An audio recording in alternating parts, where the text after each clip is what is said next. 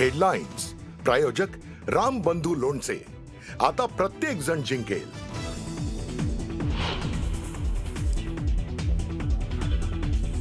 आम्ही हिंदू आहोत, हिंदी नाही. राज ठाकरेंचा पुनरुच्चार. सुसंस्कृत महाराष्ट्राचा यूपी बिहार केला जातोय. राज ठाकरेंचा निशाणा. तर मुंबईचा महापौर मराठीच होणार असल्याचाही केला पुनरुच्चार.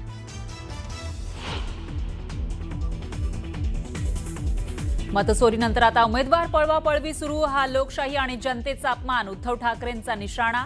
तर बिनविरोध झालेल्या निवडणुका परत घेण्याची मागणी.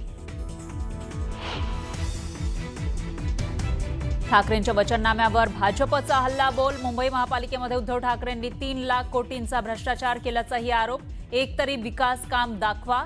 सातम यांचं ठाकरेंना चॅलेंज. उद्धव ठाकरेंनी दिलेलं आश्वासन फेक. कुठलाही मुंबईकर याच्यावर विश्वास ठेवणार नाही. भाजप मंत्री चंद्रशेखर बावनकुळेंची टीका.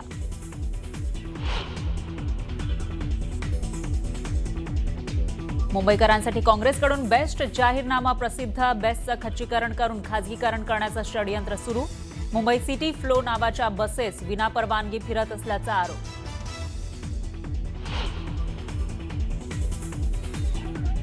आणि सोलापुरातील बाळासाहेब सरवदे हत्या प्रकरणावरून अमित ठाकरेंची सरकारवर टीका. अमित ठाकरेंनी घेतली सरवदे कुटुंबाची भेट.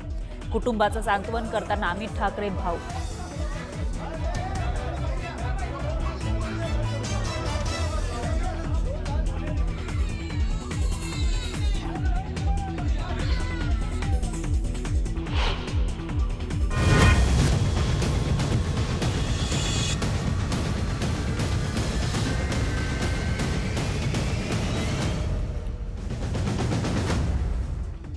न्यूज 18 लोकमतच्या कॉटन किंग स्टुडिओमध्ये आपलं स्वागत. नमस्कार, मी फराह खान. तुम्ही बघताय महाराष्ट्राचा number 1 Marathi news channel news 18 Lokmat. आणि महाराष्ट्राची खबरबात या बुलेटिनच्या सुरुवातीला आढावा घेऊयात दिवसभरातील चर्चेतल्या बातम्यांचा. पहिली बातमी आहे अर्थातच महापालिकेच्या महाआखाड्यातून. ठाकरे बंधूंनी एकत्र पत्रकार परिषद घेतली आणि मुंबईकरांसाठी वचननामा जाहीर केलाय. कष्टकरी महिलांना दरमहा 1500 रुपये आणि यासारख्या विविध योजनांचा समावेश या वचननाम्यामध्ये आहे. तर वचननामा प्रसिद्ध करण्याच्या निमित्तानं 20 वर्षानंतर राज ठाकरे शिवसेना भवनमध्ये आले आणि यावेळी पत्रकार परिषदेमध्ये बोलताना त्यांनी जुन्या आठवणींना सुद्धा उजाळा दिला. दरम्यान मुंबई महापालिका निवडणुकीच्या पार्श्वभूमीवर मुख्यमंत्री, उपमुख्यमंत्री यांनी आणि ठाकरेंमध्ये जोरदार आरोप प्रत्यारोपांच्या फैरी झडल्यात. तर ठाकरेंनी केलेल्या टीकेला अमित सातम यांच्याकडून जोरदार प्रत्युत्तर देण्यात आलंय. आणि तिकडे मुलुंडमध्ये किरीट सोमय्या यांचे पुत्र नील सोमय्या यांच्या विरोधात राष्ट्रवादीच्या उमेदवाराचा अर्ज बाद झाल्यानंतर उद्धव ठाकरेंनी अपक्ष उमेदवाराला पाठिंबा जाहीर केलाय आणि सोमय्यांविरोधात दंड थोपटलेले आहेत. तर या सर्व घडामोडी आपल्याला या बुलेटिनमध्ये सविस्तर रूपाने बघायच्या आहे. सुरुवातीला बातमी आहे ती म्हणजे जाहीरनाम्याची. महापालिका निवडणुकीमध्ये युती झाल्यानंतर ठाकरे बंधूंनी आज मुंबई महापालिकेच्या पार्श्वभूमीवर वचननामा जाहीर केलाय.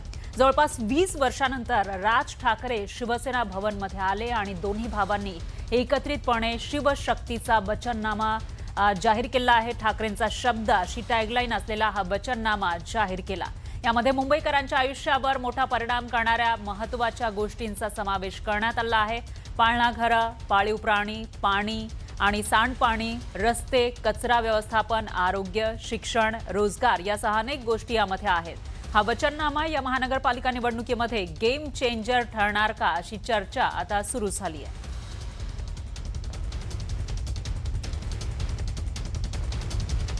तर ठाकरेंच्या वचननाम्यामध्ये नेमकं काय आहे आपण बघूयात ग्राफिक्सच्या माध्यमातून. याच्यामध्ये घर काम करणाऱ्या ज्या महिला आहेत त्यांना दरमहा पैसे देणार, जसं लाडकी बहीण योजना आहे त्याच धर्तीवर हा वचननामा आहे का असा सवाल या ठिकाणी उपस्थित होतोय. कारण घरकाम करणाऱ्या महिलांना दर महिना 1500 रुपये स्वाभिमान निधी दिले जाणार आहे. त्याचबरोबर कोळी, मच्छीमार महिला जे इथले मूळ रहिवासी आहेत मुंबईचे असे मानले जातात ते कोळी, त्याचबरोबर मच्छीमार महिला विक्रेत्यांसाठी अर्थसहाय्य आणि नवे परवाने देणार असल्याचं सुद्धा या वचननाम्यामध्ये म्हटलेलं आहे. याशिवाय कष्टकरी मुंबईकरांसाठी 10 रुपयामध्ये नाश्ता आणि दुपारचं जेवण म्हणजेच मा साहेब किचन्स अंतर्गत 10 रुपयांमध्ये नाश्ता आणि दुपारचं जेवण दिलं जाईल असं सुद्धा या वचननाम्यामध्ये नमूद करण्यात आलंय. याशिवाय 700 चौरस फुटांपर्यंत घरांसाठी मालमत्ता कर माफ करणार असंही या वचननाम्यात म्हटलेलं आहे. याशिवाय 100 युनिटपर्यंत वीज मोफत दिली जाणार असंही आश्वासन देण्यात आलंय. तर प्रत्येक वॉर्डमध्ये मिनी स्पोर्ट्स कॉम्प्लेक्स बांधणार, मनपा शाळांमध्ये 12वी पर्यंत ज्युनियर कॉलेज करणार आणि 1 लाख तरुणांसाठी प्रत्येकी 25,000 ते 1 लाख रुपये स्वयंरोजगार सहायता निधी दिला जाणार असं सुद्धा या वचननाम्यामध्ये म्हटलेलं आहे.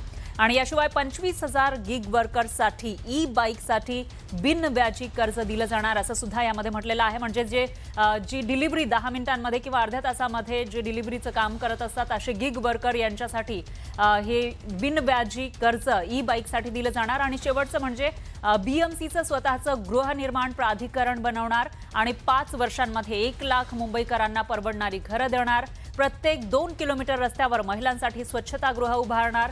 तसंच नोकरदार पालकांसाठी पाळणा घरं देणार. महिला आणि विद्यार्थ्यांसाठी सुद्धा वेगवेगळ्या सुविधा देणार असल्याचं ठाकरे बंधूंनी आपल्या वचननाम्यामध्ये म्हटलंय.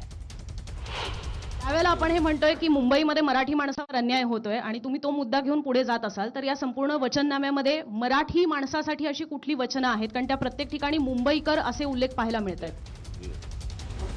याचं कारण असं आहे की हा निवडणूक आयोगाला पाठवला जातो आणि त्यांच्याकडनं सँक्शन होऊन येतो. आम्हाला माहिती आहे आत्ताच्या सरकारमध्ये काय परिस्थिती आहे. आम्हाला मुंबईकर म्हणजे मराठी माणूसच सांगायचं आहे, परंतु त्यांना जर समजा मराठी माणूस याच्यावरती जर रिजेक्ट झाला असता म्हणून आम्ही मुंबईकर टाकले. अहो, साधी एक गोष्ट सांगतो. आम्ही केलेल्या कामाची एक पुस्तिका आणि त्याच्याही बद्दल आदित्यने एक प्रेझेंटेशन दिलं होतं NAC तिकडेच. हे काल डोम कावळे जमलेलं त्याच डोममध्ये. आणि त्याच्यानंतर एक कोरोनाच्या काळात केलेल्या कामाची आम्ही पुस्तिका केली. ती पुस्तिका त्यांनी रिजेक्ट केली. चीनमध्ये 15 दिवसात फील्ड हॉस्पिटल झालं, आपल्या मुंबईमध्ये 18 दिवसात झालं. हे आम्ही सांगणार. याच्यामध्ये निवडणूक आयोग आला तरी त्याला बाजूला सारून आम्ही कोरोनात केलेलं काम हे सांगणार. निवडणूक आयोगाने ते अडवण्याची हिंमत दाखवावी. दरम्यान श्रेय लाटणारी टोळी असं म्हणत फडणवीसांनी ठाकरेंवर जोरदार हल्लाबोल केला होता आणि यावर ठाकरेंनी प्रत्युत्तर दिलं. पण ठाकरेंचा कोस्टल रोड संदर्भातल्या श्रेयाचा दावा अमित साटम यांनी खोडून काढला. मला तर आता असं लक्षात आलं आहे की मुंबईमध्ये निवडणुकीमध्ये श्रेय चोरणारी टोळी सक्रिय झाली आहे आणि या टोळीमध्ये काही अबोध बालकं देखील आहेत जे श्रेय चोरण्याचा प्रयत्न करतायत. म्हणतात सगळं आम्हीच केलं, या ठिकाणी कोस्टल रोडही आम्हीच केला, मेट्रोही आम्हीच केली. ये पब्लिक है, ये सब जानती है. आम्ही मुंबईमध्ये 25 वर्षात खूपच साधी कामं केलेली आहेत आणि आम्ही ते होर्डिंगवरती दाखवतोय आता. होय, हे आम्ही केलं.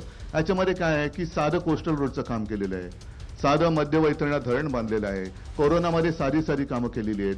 त्यांनी आमच्या छोट्या कामांचं श्रेय घेण्यापेक्षा त्यांनी जी काही कामं केलेत, म्हणजे मोदीजींनी कैलास पर्वत बांधलेला आहे, स्वर्गातून गंगा त्यांनी आणलेली आहे, अरबी समुद्र इंडियाने केलेलं आहे.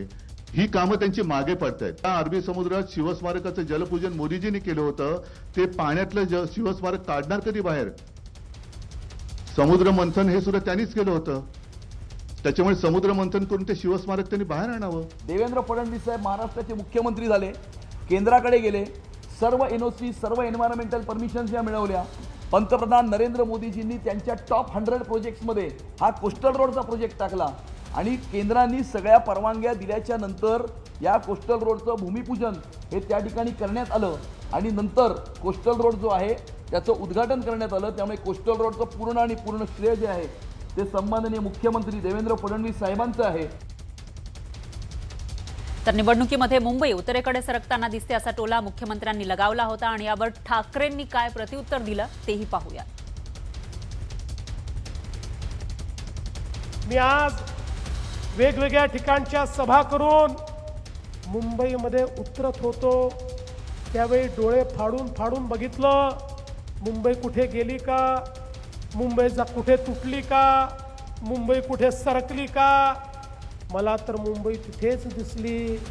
पण निवडणूक आली की काही लोकांना मुंबई उत्तरेकडे सरकताना दिसते. अरे तुमची बुद्धी सरकते, मुंबई सरकत नाही. मुंबई तिथेच असते.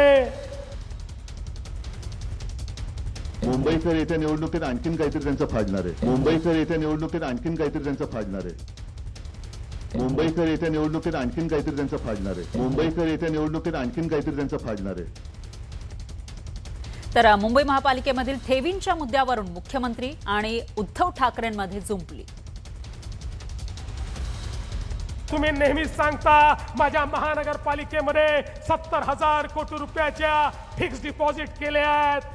अरे त्या फिक्स डिपॉझिटच्या रसीदी आम्ही चाटायच्या का? अरे ज्यावेळी माझा तो गिरणी कामगार त्या ठिकाणी मुंबईच्या बाहेर जात होता, ज्यावेळी त्याला त्या ठिकाणी रस्त्यावर आणण्याची वेळ होती, अरे त्या 70,000 कोटीतले 2-3 हजार कोटी जरी खर्च केले असते तरी माझ्या गिरणी कामगाराला याच मुंबईमध्ये त्याचं हक्काचं घर मिळालं असतं. आम्हाला कागद आणि रसीदी चाटण्याकरता त्या ठिकाणी सत्ता नको आहे. आम्हाला जिवंत माणसाची सेवा करायची आहे. जिवंत माणसाला त्याचं हक्काचं घर हे त्या ठिकाणी मिळवून द्यायचं आहे. ठेवी या चाटायला नसतात, पण त्याचप्रमाणे त्या कॉन्ट्रॅक्टरचे बूट चाटून त्यांना वाटायला नसतात. त्यांनी पूर्णपणे संपूर्ण विल्हेवाट लावण्याचं ठरवलेलं आहे. साधारणतः एक जमा खर्च याचं एक तारतम्य ठेवून ताळमेळ घातला जातो आणि जो खर्च केला जातो, आपल्याकडे सर्व जे काही सोर्सेस आहेत त्यातनं पैसा किती जमा होणार आहे, पुढच्या काही वर्षात किती येणार आहे, आणि त्यानुसार प्रोजेक्ट हे आखले जातात, ठरवले जातात. आज जर माझ्या माहितीप्रमाणे 15,000 कोटी हे साधारणतः खर्चासाठी बजेट महापालिकेचं आहे. त्याच्या समोर साधारणतः 3 लाख कोटींचं देणं कॉन्ट्रॅक्टरना त्यांनी करून ठेवलेलं आहे. म्हणजे हा 3 लाख कोटीचा घोटाळा या